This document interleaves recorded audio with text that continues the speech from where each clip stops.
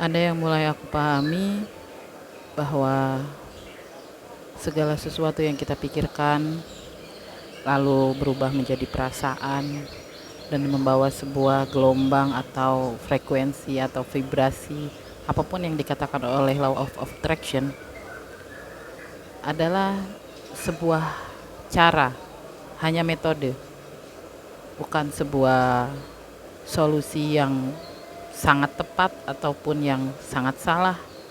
Kita nggak bisa bilang itu eh, sebuah kebenaran.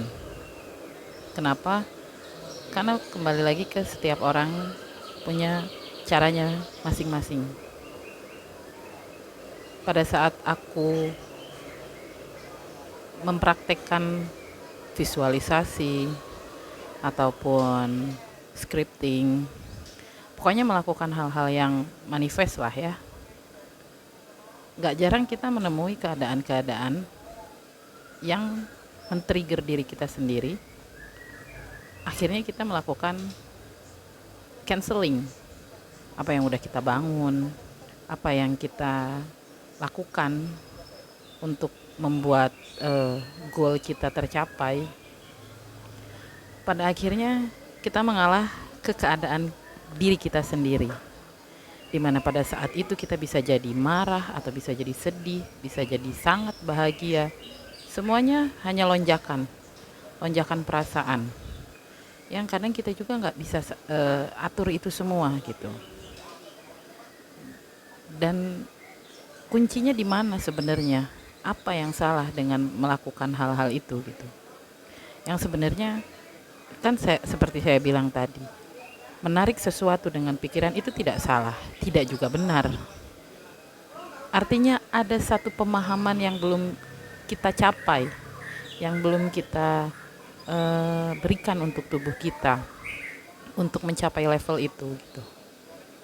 Nah, setelah saya menyelami apa yang tidak terjadi dengan pemikiran saya dan kenapa yang ini terjadi, padahal saya hanya memikirkan 5 menit kemudian sebelumnya, sedangkan yang saya bangun selama 1 minggu, 1 bulan, 1 tahun, kenapa belum terjadi? Apa yang salah? Apa yang membuat ini tidak terjadi gitu?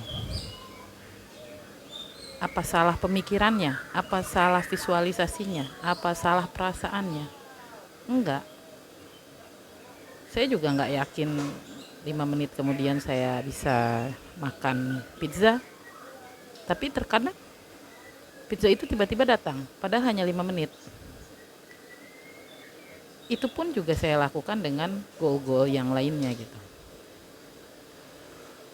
Sampai saya lelah dengan praktek ini semua. Saya lelah dengan menarik sesuatu dengan pikiran. Karena apa? Menggunakan pikiran adalah sesuatu yang sangat melelahkan. Dan ada titik di mana saya harus mengabaikan itu semua.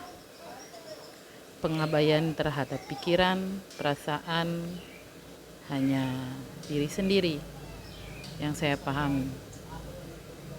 Itu yang membuat saya kembali hidup.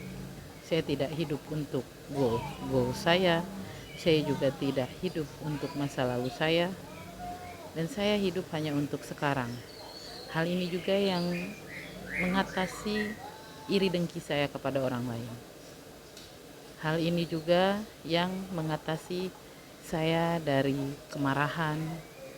Ya, walaupun kemarahan terkadang datang begitu saja ya, tanpa harus kita pikirkan, wah saya pasti marah nih kalau begini, saya pasti sedih nih kalau begini. Tiba-tiba keadaan mengkagetkan gitu ya. Tiba-tiba saya dimarahin misalkan, atau tiba-tiba saya dihina, kan pasti marah ya. Sejatinya normalnya itu kita kan marah. Tapi ya kembali lagi, kita harus menyadari diri sendiri. Menyadari diri sendiri ini gimana ya? Kalimatnya tuh ketika saya marah, saya keluarin marah itu. Saya pengen ngomong, menggerutu gitu ya, saya keluarin menggerutunya. Sampai ada waktunya gerutuan saya itu diam. dan saya kembali ke diri saya sendiri.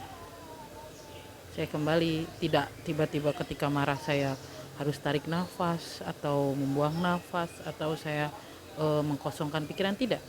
Saya biarkan itu semua masuk dan keluar sesuai dengan alam.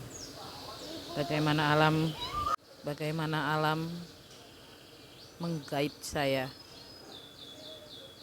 Karena kalau kita terlalu jauh mendalami hal-hal ini, itu terlalu banyak pikiran di otak kita yang gak bisa kita manage satu-satu. Jadi kembalilah ke diri kita sendiri. Enjoy your present moment. Tanpa ada pikiran, kita tetap ada. Tanpa ada perasaan, kita tetap ada. Bahkan jika jasad kita tidak ada pun, kita tetap ada. Terima kasih.